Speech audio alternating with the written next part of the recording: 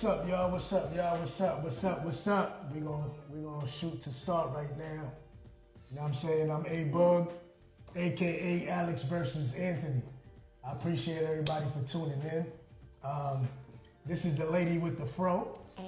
She's gonna be helping me out. You know what I'm saying? She's gonna be helping me out. She's gonna ask all the questions all of you guys want to know. I'm excited. You know, it's been a long time coming. It's time for me to tell my story and a little bit more. You understand what I'm saying? Mm-hmm. The name of this podcast is called Alex versus Anthony. And for those who don't know Alex and for those who don't know Anthony, you will get to know both of them on today. So let's get started. You ready to tell your story? I think so. Let's do it. Let's do it. Let's do it. Okay, so tell the people what the podcast is about. So Alex versus Anthony was birthed on by accident or by a joke, actually. I'll start by telling them a little bit more about my little upbringing and how all of this came about. Mm-hmm. So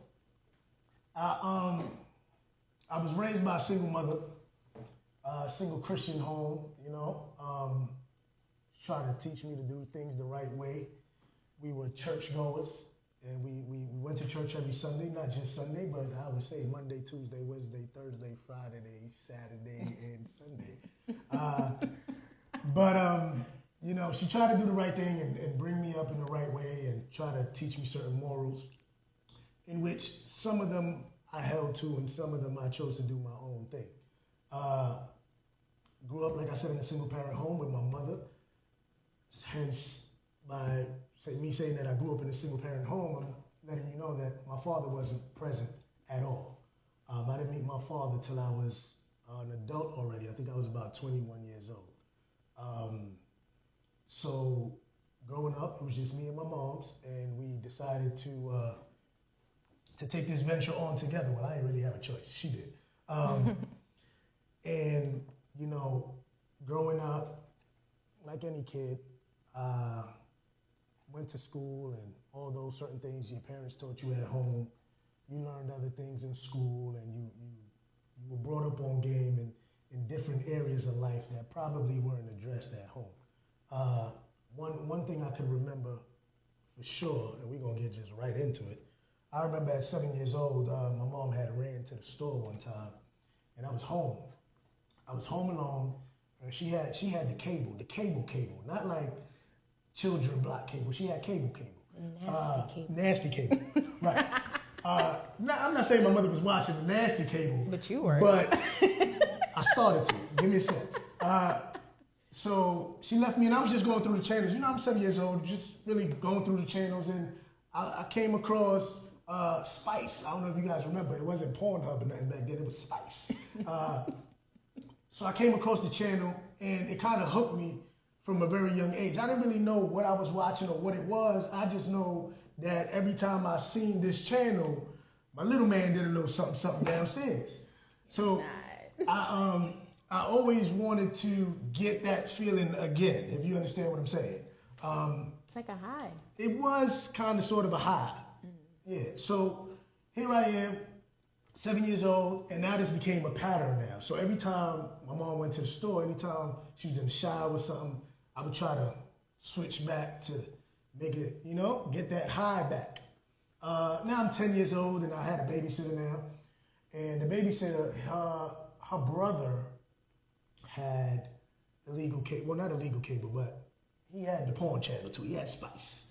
And I decided now, my mother used to drop me off at 5 in the morning, and he used to go to work at 5 in the morning.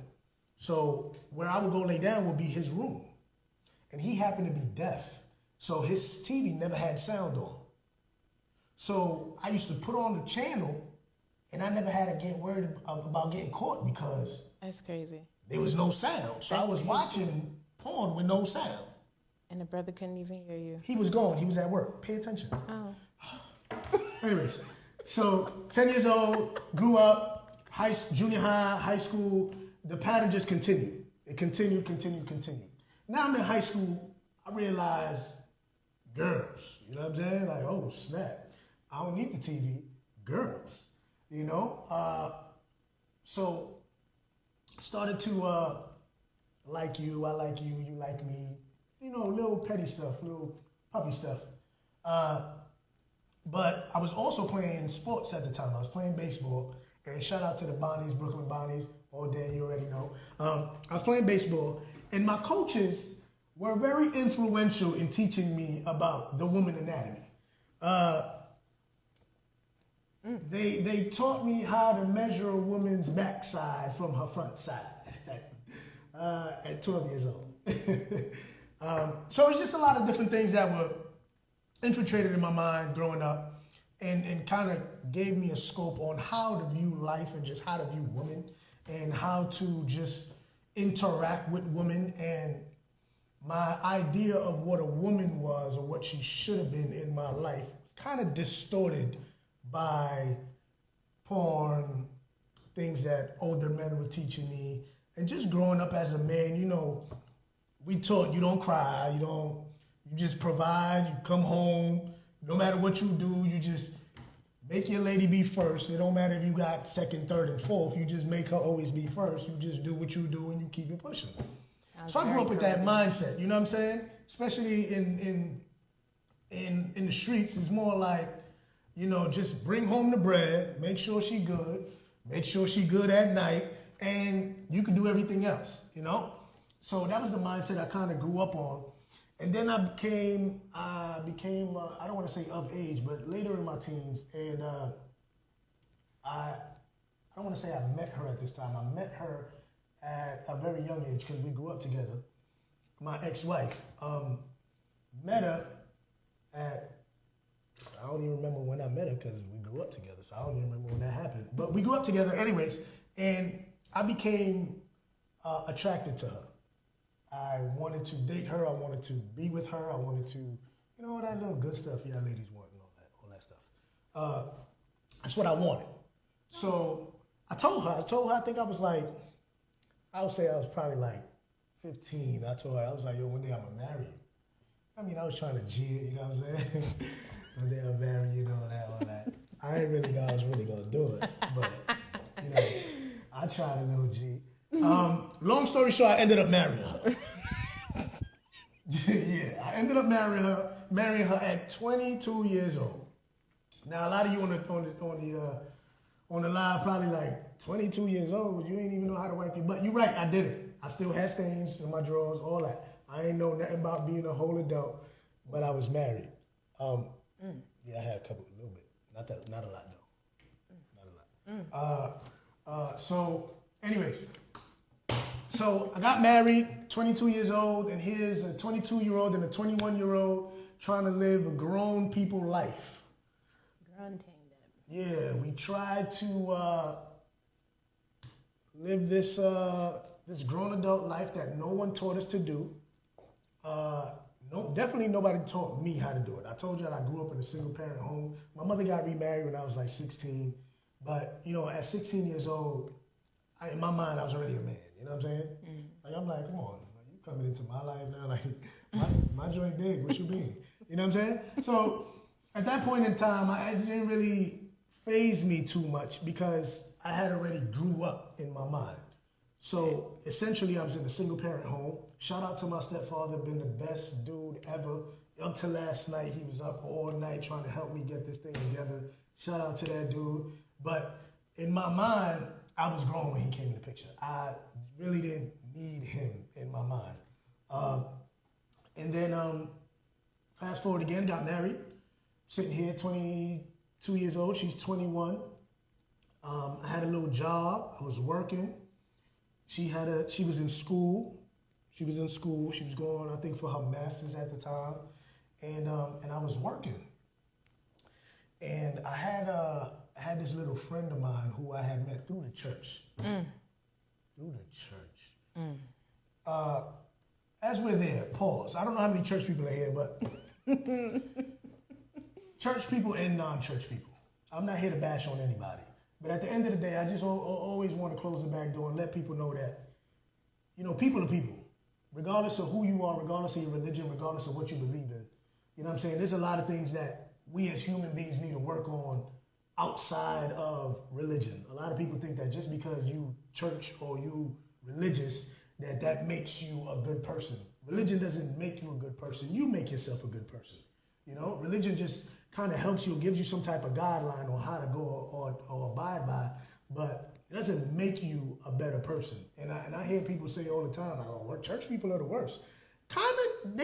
Sometimes they are. Why? Because at the end of the day, a lot of church people think that just because they're in church, that automatically they're like sanctified. Right, or like transformed, or they become better people. It's not that. You got to work on yourself from the inside out. You know what I'm saying? But anyways. Yeah, don't go too hard because it's I almost picked up an offer. Anyways, so I got to this young lady, and we were my age. We was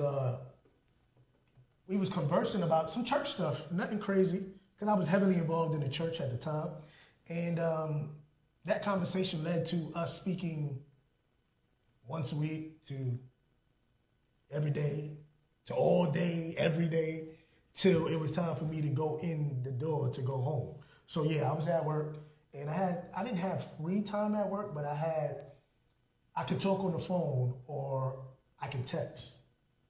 So I would be texting her, and we'll be talking and whatever, and she had more free time at work than the average person. And so it was an all-day thing, and we would talk every day, all day. And it just happened to be that, when something good happened, the first person I would hit up won't be my wife. It wouldn't be my wife. It would be her. Why? Because 99% of the time, she was already on the phone.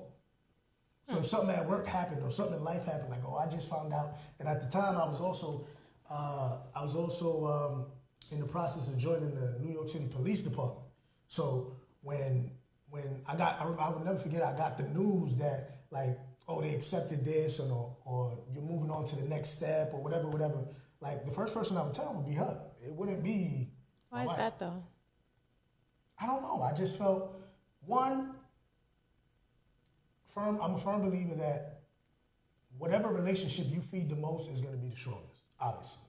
Right. And at the time in my life, I wasn't feeding the relationship with my wife. I was feeding another relationship.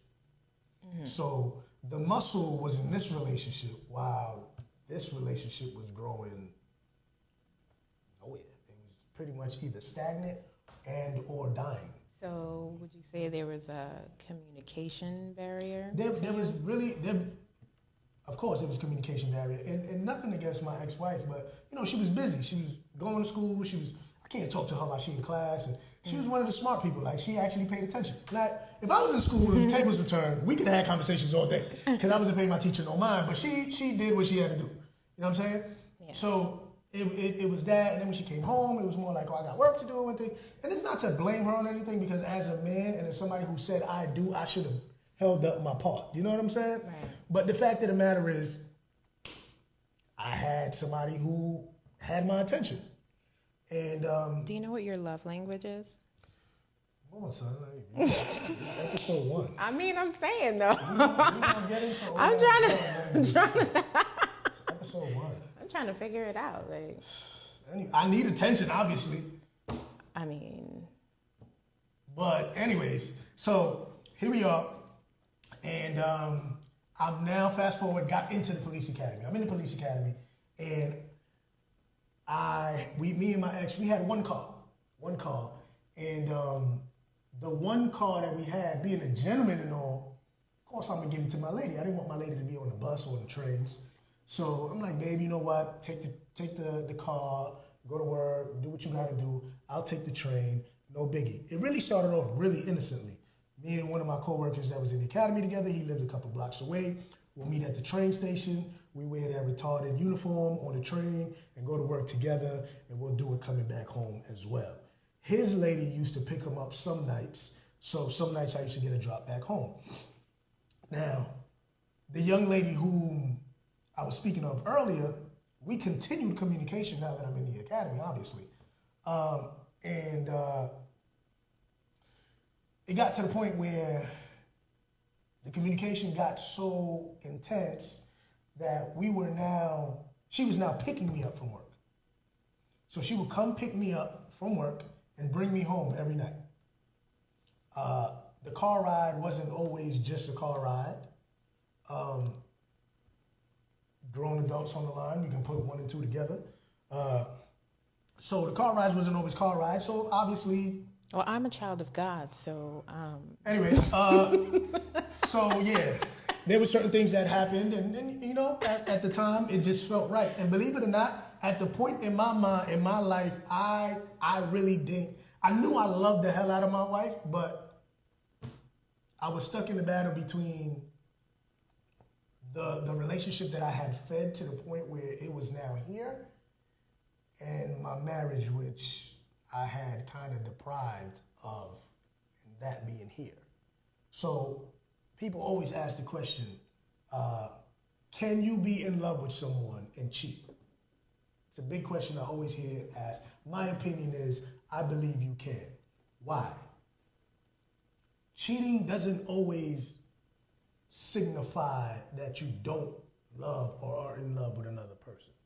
Cheating has a lot to do with a lot of other characteristics of a person, such as... I think that that's for men. For women, we cheat for emotional reasons. Not all the time. We can't Most women cheat for emotional reasons. So we can't say that. We can't draw a line and say that's for men. Well, I feel like men can compartmentalize the person that they love. But I just said I didn't cheat because I was horny. I just said it. That relationship did not start because I thought that she was a dime and I wanted, no disrespect, she's beautiful, but that relationship didn't start because, you know, she was bad and I just wasn't getting none at home or I wanted more. It didn't start that way. It doesn't have to start off physical. It's you compartmentalizing in your brain that this is my wife and this is a friend. This is what happened. I cheated emotionally before I cheated physically. Whether male or female is the same thing. Just that men usually don't cheat emotionally first. We cheat physically first, and then if we want, stay around and then continue the emotional part. But women, more times than none, cheat emotionally first and then carry out sexually or physically. But in my case, I cheated emotionally first and then the rest carried out. So because she was giving me all the attention that I desired, you understand what I'm saying? Now I was drawn to her emotionally. Hence why when anything happened in my life, as far as like good or bad, she was the first person I would call or tell. Right. Because I wanted that same emotional support or that emotional high that she gave me yesterday or the day before or a couple of hours ago. You understand what I'm saying? So when it comes to that whole, man and woman, y'all cheat because and we cheat, I don't really believe that we can draw a blank line and say that this is one way and the other one is the other. Because one, there's some emotional men. Yeah. Very emotional men. And then there's some hardback, rough women that just don't care. Like, nigga, you gonna get this and it is what it is. But so we can't draw the line. I mean, we can't, but men are a certain way and women are a certain way. Yeah. So there's a line regardless whether we want to draw it or not. Yeah, there is a line, but there's a line as far as when the emotional aspect comes in. Fair. Right? Yeah. Where was I now? You getting me all over here. I'm just... So boom, yeah. And so she would come pick me up. And I felt like the man. Like, you got a joint coming to pick you up from work to take you home, and then you going home to your wife. Like, anyways, that in my mind was exactly what the men in my life growing up would have been so proud of me. Like, yo, you doing this thing. You doing it. You know what I'm saying? Like, you got your joint, she taking care of you, and you got your wife, you taking care of her, she taking care of you. Good. That's so Caribbean. There you go with these drawing lines. I'm just saying. White men do that too. White men do it, but you know. Caribbean. I could speak and for the Asian ones I could speak and the for Spanish Caribbean. ones. I can Here speak we for go, Caribbean. Caribbean. Caribbean men. Yo, do that. shout out to all my black men don't cheat, man. Shut up. Wait. I wasn't black back then. I Okay. was Spanish. Anyways, so here we go. So she would come pick me up, and I would go home, whatever. One day, I left my phone in the car. That day. My ex-wife, she had dropped me off to the train station. So I called her from my boy phone. I was like, hey, babe, I left the phone in the car. I don't want them to break in the car for no phone. So just take the phone out and bring it in the house, because I ain't had the tents or nothing back then. So I'm like, I don't want them to break the car window just to get no phone. So she was like, all right, no problem. She took the phone and she brought it in the house. And at the time, she had the passwords to all my stuff, because I was an expert at delete before I got home, you know what I'm saying? So she had the password to everything. And then Shorty already knew, like, once I was home, I'll talk to you tomorrow morning. You know what I'm saying? Like, I had it down pat. It was cool. But that day, I left the phone home, and I logged on to my Facebook account at the time from my boy phone, and I told Shorty, like, yo, listen, I left my phone home. If anything don't hit my jack, whatever, I'll hit you when I get out. Bye. Closed the app, went to work. Now, about a half hour prior to the shift being over, I go back on my boy phone, I swipe, whatever. At the time, I don't think it was swipe, it was like password, whatever it was. And I realized that the last thing that I had stated wasn't the last thing left in the conversation. There was a whole lot more of a conversation that I never had. So because my ex-wife had the password to my phone, when I sent the message the first time, the girl responded with a okay, and what my phone did. So I'm guessing my ex took the phone now, and because she knew the password, pick you up in the same spot as every day, huh? Okay, so she started to converse with the young lady. As she should. And yeah, let's just say I came out of work and my ex-wife was to the left and the young lady was to my right. Yeah, so as any man should do, I walked to my wife, and I'm trying to like, yo, let's get to the car before, you know what I'm saying? Like, because I don't really know if she know how she looked, but then does she know how she looked? Because it was Facebook. And you know how y'all women are, investigators. If, I'm going to go through her page. Y'all know what drawer size she is now, the whole nine. So I had both of them there. I take my wife. I'm like, babe, that was the day I got my gun in my shield, too. That was the day I actually got my gun. So as I'm reading the conversation before the shift was over, I really wanted to use the damn gun on myself. Like, it's either I'm killing myself or I'm giving this gun back because I don't need it. Because if I don't kill myself, she gonna kill me tonight. Right. So I got to my wife, and now she's like, no, let's go see your friend. Like a mother, let's go see your friend. Let's go see your friend. Because she was a good girl, man. Like, shout out to her. She was a good girl. She wasn't like, no, nigga, we gonna go see that. She wasn't that. She was real mellow about it. You know what I'm saying? Like, we gonna go talk. I could tell she was mad because I knew her. But she was like, all right, let's go talk to your friend. So we go over there, and I'm like, oh, my God. Like, I didn't know what to do. I didn't know what to say. I was just like, what am I gonna do? Yeah. So she gets there, and she's like, oh, hi. So obviously you know who I am, and da-da-da-da-da-da-da. And shout out to my own girl. She looked out. She was like, oh, no, me and him are just friends. There's nothing more than just that. She held it down for me as a friend. Shout out to her, man. But aside from that, from a wife's perspective, she ain't buying none of it. Of course not, because of a woman's intuition. We're not even gonna get into that. Period. We're not even gonna get into a woman intuition. We get into Okay? that at another time. I'm not even gonna venture into We a woman not. intuition. We not. But yeah. Anyways, so she you got me all messed up with the whole woman intuition stuff. Because we know the truth. Long short, got in the car and we headed home. One of the most silent car rides of my life. Like I think I had a fart, but I was scared too. Like I didn't even know if I could do that at the moment. Like I didn't even look to the left because she was driving. Like I don't know. It was very, very uncomfortable. So that was one incident. Now this same young lady continued to be in my life. Of course, I held off for about a week or two. You know what I'm saying? A week or two? Yeah. Oh, Usually bi-weekly. Usually how things work is when you get in trouble or, you know what I mean, you get exposed. Right. You hold off a little bit till it kind of dies down. For 2 weeks. It died down because she forgot about it.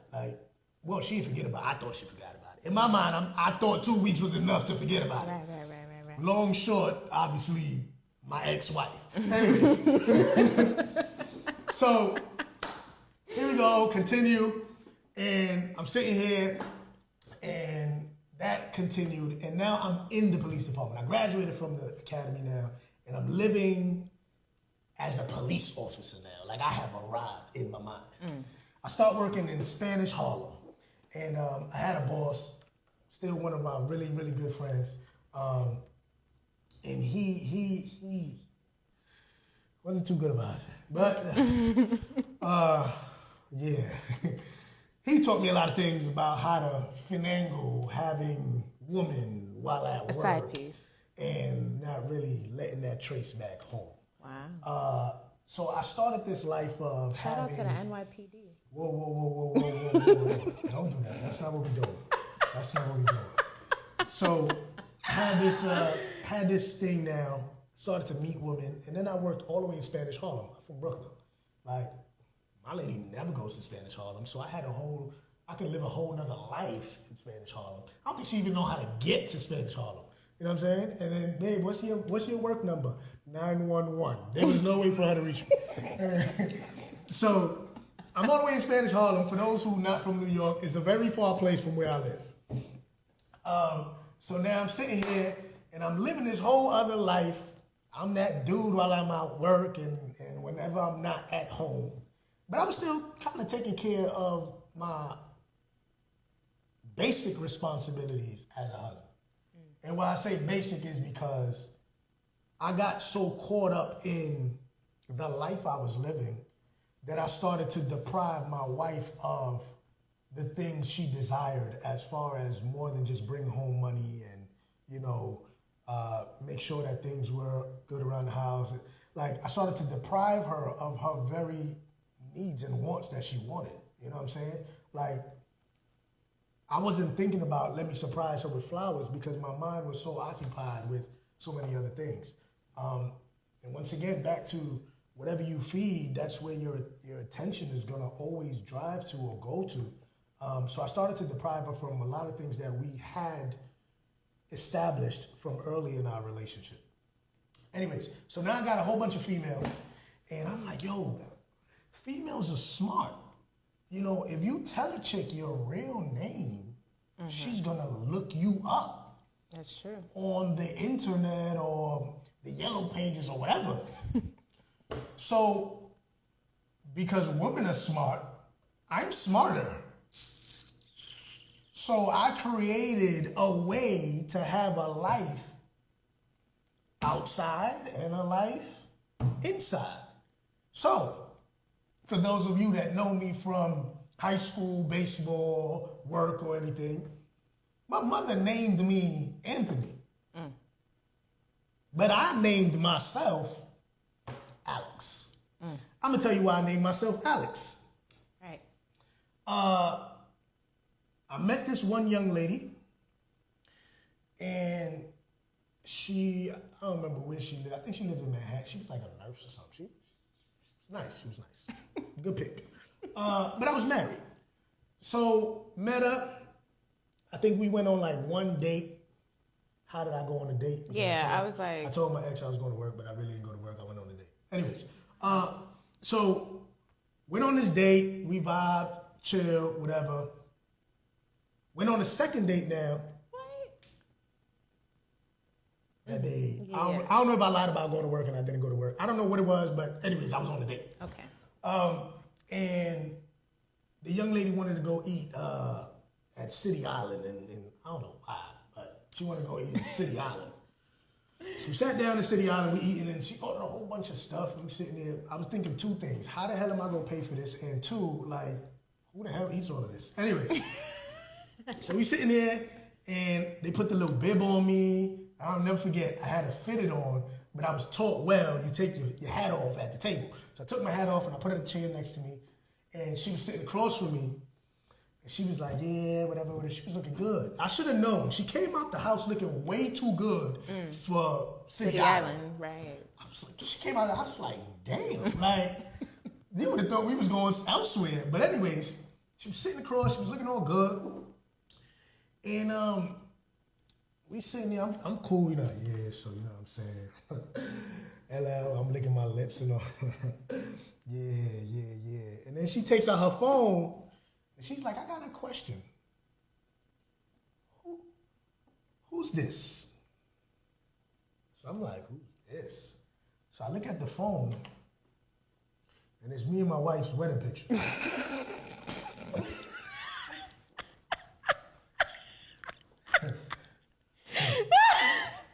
So Where the bomb at? You need a bomb for that.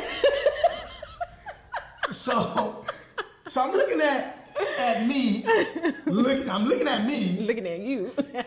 And my wife in the picture. But it's not my phone. It's this young lady's phone. That's crazy. So when I met her, this is pre-Alex. So when I met her as, I told her my name, my legal name, Anthony.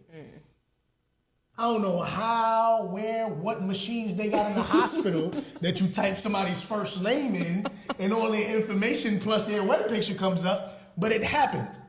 So here I am, sitting across from the young lady. They didn't even get to eat my little, well, I can't even say little, my spread of food. And once again, I was in a predicament where I didn't know what to do.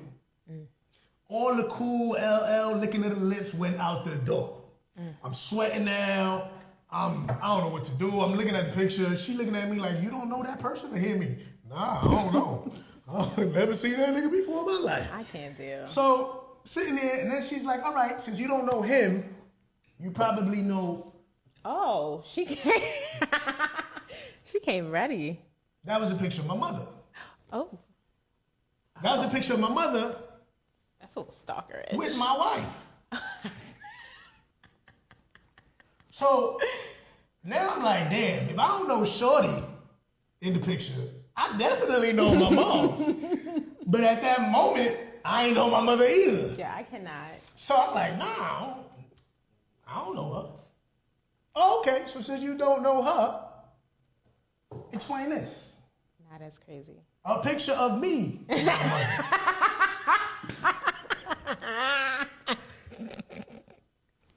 So at that moment, immediately, I had to use the bathroom. Immediately. I immediately had to use the bathroom, and I decided that I was going to take my hat with me to the bathroom, because this was going to be a bathroom run that I didn't come back from. So I took my hat on. She should have known better when she saw me take my hat. I took my hat, put it on, and I left with the bib and everything on, got in my car and drove to Brooklyn, blocked her number. To this day, never spoke to this young lady again. But I'm not saying all of that to say anything funny. I'm saying all that to say that that was the birth of the idea of Alex. Because I came to my senses, I said, obviously she knows somebody who can run my name or run my plates or whatever. Not plates, because I got another story for that one. Anyways, run my name, and then at the time, me and my ex, we had like a online registry for our wedding. So everything was online. Ooh. So our whole story was online, pictures, the whole nine. This is where this young lady got it from. As a man, we don't think that far into the craziness of a woman. We don't think that. But you said that you were smarter. I thought I was smart. I thought. But I didn't think that one would go that far to find out anything. But obviously, ladies, I know now. So she did that, and I said to myself, I said, you know what? I need to be able to counter attack when they attack or when they think they got something. Yeah. So I said, I need a name. I needed to start with the letter A because I needed to be as natural as my regular name. I need it to be 2 syllables. I don't need it to be too long. Cause you know what I mean? I'm thinking like a lady. I need it, boom, boom. What's your name? Alex. Hi. You know what I'm saying? Like I needed to just roll off my tongue. So I was sitting around, I'm thinking of a name, and I had a friend of mine when we was younger. He was a ladies' man, hands down, ladies' man, pretty boy, that dude. And his last name started with Alex. It was Alexander, but his first name was a little Spanish. So he didn't really tell ladies like that's his name. So he used to just be like, call me Alex. Mm-hmm. I'm like, you know what? If Alex worked for him, Alex is gonna work for me. So here I am, boom, Alex. So now, anytime I met someone, my name is Alex. Alex. Nice to meet you, Alex. Alex became so habitually said on a regular basis that I used to sign documents, legal documents at work sometimes and be like, oh snap, that's not my name. That's wild. Like, they're like, it literally became me because I spent more time away from home than I did at home. So Alex became the person I lived by while outside the house. So Alex now, one day Alex had, I'm gonna tell you 2 stories. I met her in Jersey. I'm gonna try to make this real quick. Met her in Jersey. Obviously far away from Brooklyn. So I'm thinking I would never ever get caught or anything because she lives in Jersey. Right. One day first time we went out, had a good time. I forgot what we did. Whatever. She had a good time. I had a good time. It was cool. Second time now, she messed up. She cooked for me. If you know anything about me, I love food. She cooked for me. So the least Alex could do was drop a little. Drop some D. Yeah, I'm just saying. Like, I'm just saying. That's the least I could do. Like, the food was good. You did your thing. You know what I'm saying? I liked it. I even had seconds. So I had to provide at least 2 rounds. Anyways. So we did what we did. And now I feel bad now. I feel bad because I'm like, damn. And don't get me wrong. I always felt bad. Like, the guilt always catches you after the act. You don't really have that feeling prior to the act. It usually happens after. So every time my rides back home, because I genuinely did love my wife. So the rides back home was kind of like, damn, son, like, I messed up again. You know, I'm hurting her, even though she didn't know. Yeah. You know, it was kind of like, come on, son, like, you can do better than that. So on my drive home, I'm texting the girl who I just left, and I'm like, oh, you know what I'm saying? Like, the distance, this ain't really gonna work. Because at the time, I wasn't telling women that I was married. I mean, of course not, right? We'll get there at a later time. At the time. God, how many stories do you have? At the time, I wasn't telling females that I was married. Alex was single. So my excuse couldn't be, I can't do this because, you know, my wife. My excuse had to be something else, like, you know, you live in Jersey, it's a little too far. I don't really do long distance. You know what I'm saying? I ain't really like the food as much as I thought I did. You know what I'm saying? Something like that. So I hit her with all the BS. And she was like, what? you're not about to come over here and drop off that and then go ghost. Nah. And I'll never forget her words. She was like, nah, nigga, you got the wrong bitch. And I'm like, who the hell she thinks she talking to? Like, she don't know who I am. Nigga, I'm Alex. Like, are you dumb? Like, you got the wrong bitch. Like, I'm not scared of you, shorty. So, here I am now, and I'm riding back home. I'm like, yeah, she definitely a dub. So, Block, I used to be Block King.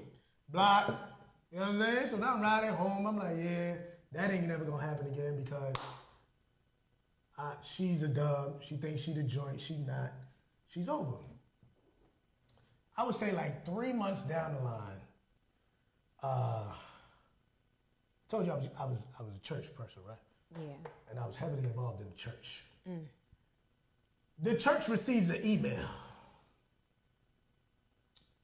The church receives an email to the church office from the young lady. For those who don't know, my ex was family to the pastor of the church. So yeah, the church office receives the email. The secretary opens it up, and it's about moi. It's stating where we met, how we met, our encounter the first time, our encounter the second time, every position I put her in, how much time she came, how much times I came, everything we did. Yeah, she went into details. She also elaborated on how she met me as Alex, but after further investigation, she realized that my name really wasn't Alex. So now I'm sitting here in front of the pastor, having to explain the email that this young lady.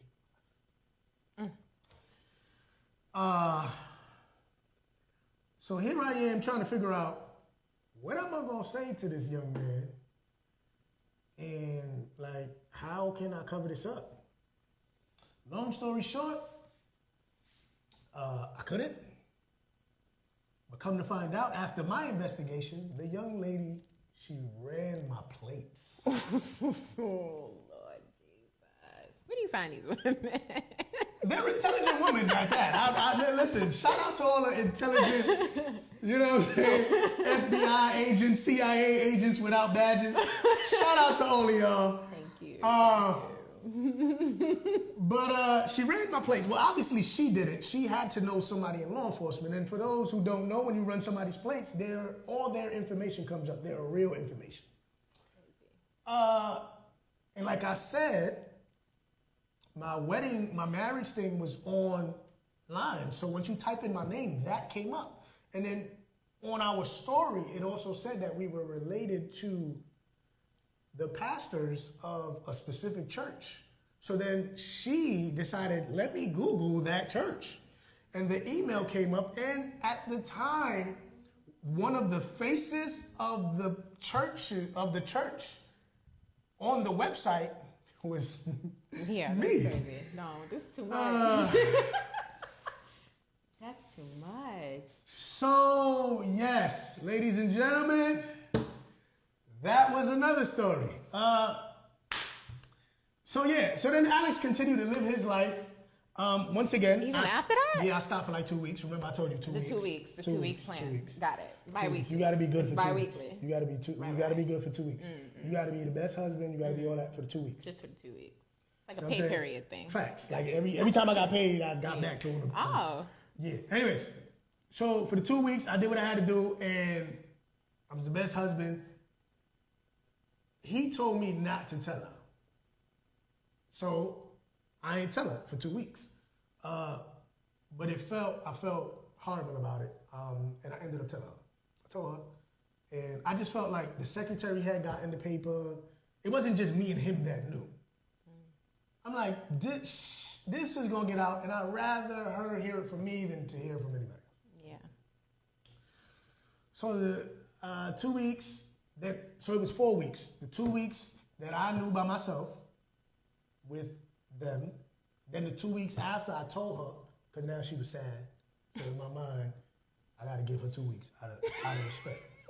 Out of respect, I got to give her 2 weeks. You know what I'm saying? I got to give her 2 weeks. So I gave her another 2 weeks. Then back on my BS. So started to do that. Then my birthday was coming around. Birthday was coming around. So I'm like, ooh, I'm about to get 2 gifts. You know what I'm saying? Because I was struck with a dilemma. Because everybody knows, everybody should know. You don't spend holidays or birthdays or any special day with anybody other than your number one, your one and only. Yeah. So I wasn't spending my birthday with none of the side joints, but I definitely wanted the side joints gifts. So I got smart again. But I got smart through another incident, and I'll tell this last story, and I'm gonna let you ask your questions. So this one young lady, she said, I want to take you away for the weekend of your birthday. As flattered as I was, I couldn't make that happen. Because there's no way I can tell my wife at the time, I'm going away for my birthday. Like, there was no way of explaining that. She's gonna be like, with who, with what? It was just too much, too many lies. Even though I kind of lied a lot, that was just a lot of lying, you know? So I was like, you know what? I know how to do this for next year.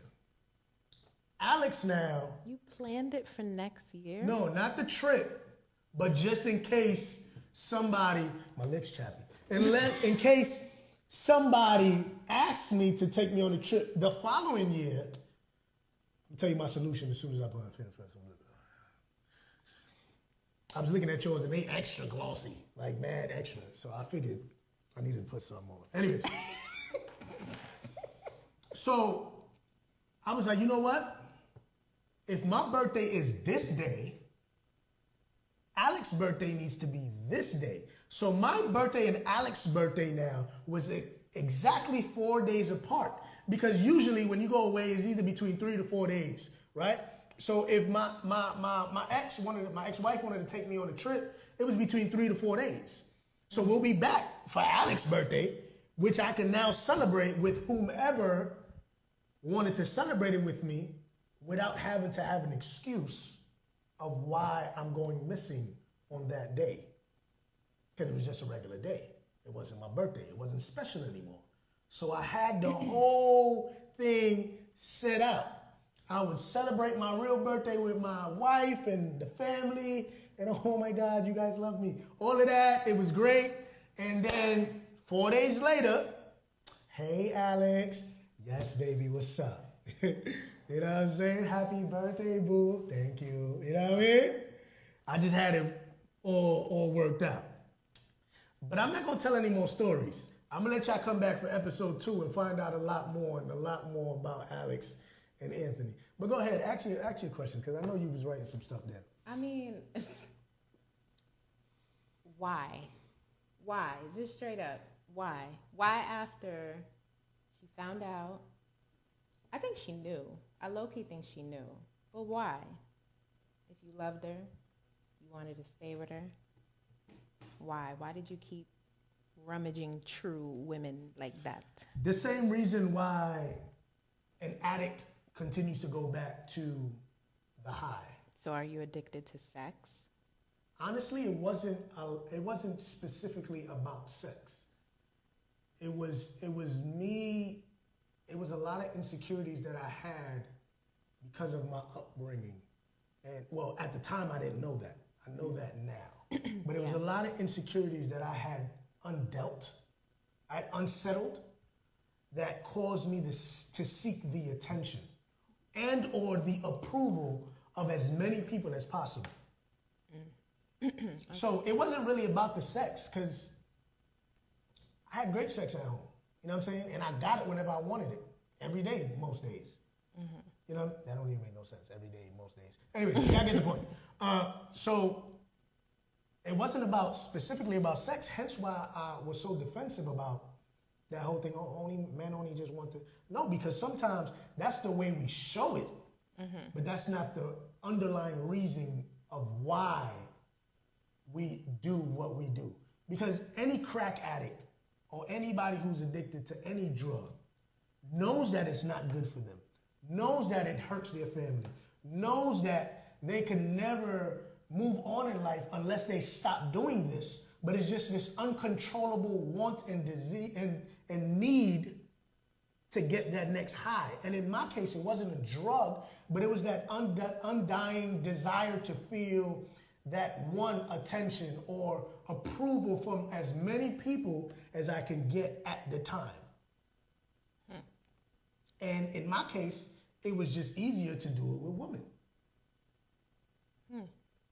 Interesting. Yeah.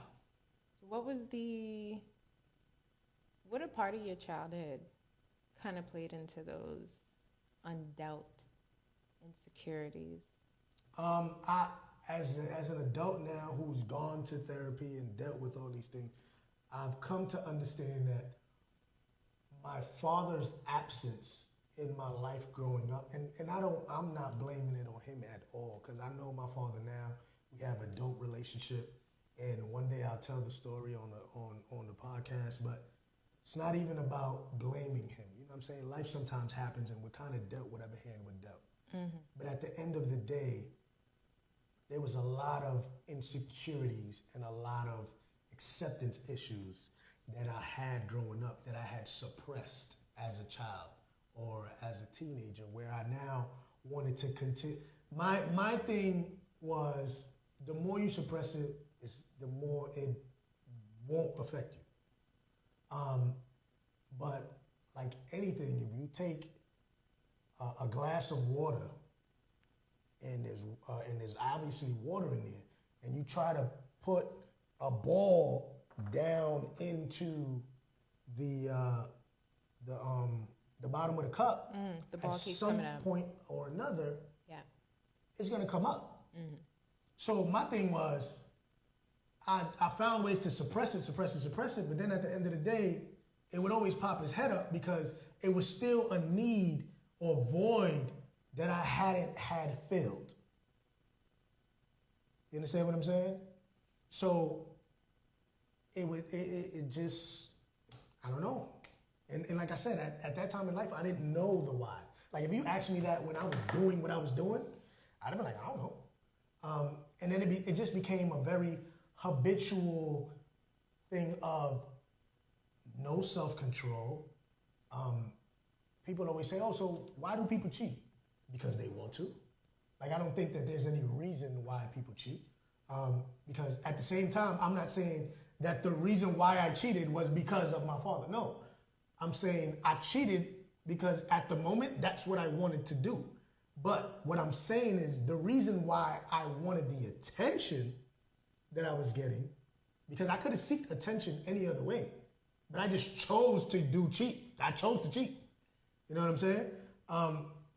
Was because of my father. But I just lacked self-control. I had no discipline.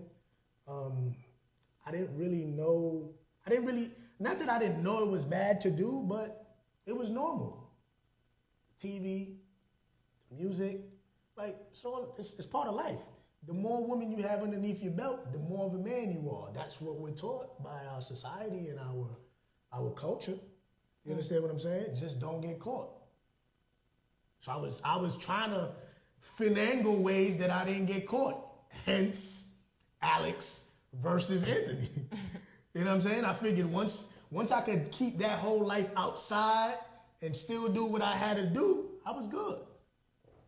So why now? Why you want to tell the story now of Alex and Anthony? Why do I want to tell the story now? One, because a lot of people want to know about this dude named Alex. But honestly, the reason why I'm doing this podcast is because I feel that I have a lot of not just stories, but I have a lot of information when it comes to being, AKA a player, being married, being divorced, being single, going through the process of learning yourself, getting to know yourself, healing from within to then be able to be a whole person for somebody else. So because I've been blessed with the opportunity to go through that in life, I figured I'd just share through my experiences what I've learned. No further questions, Your Honor. Hey, listen, man. Tune in to episode 2 next month. I'll keep y'all posted. I thank y'all for tuning in. Love y'all. Have a good one. Peace.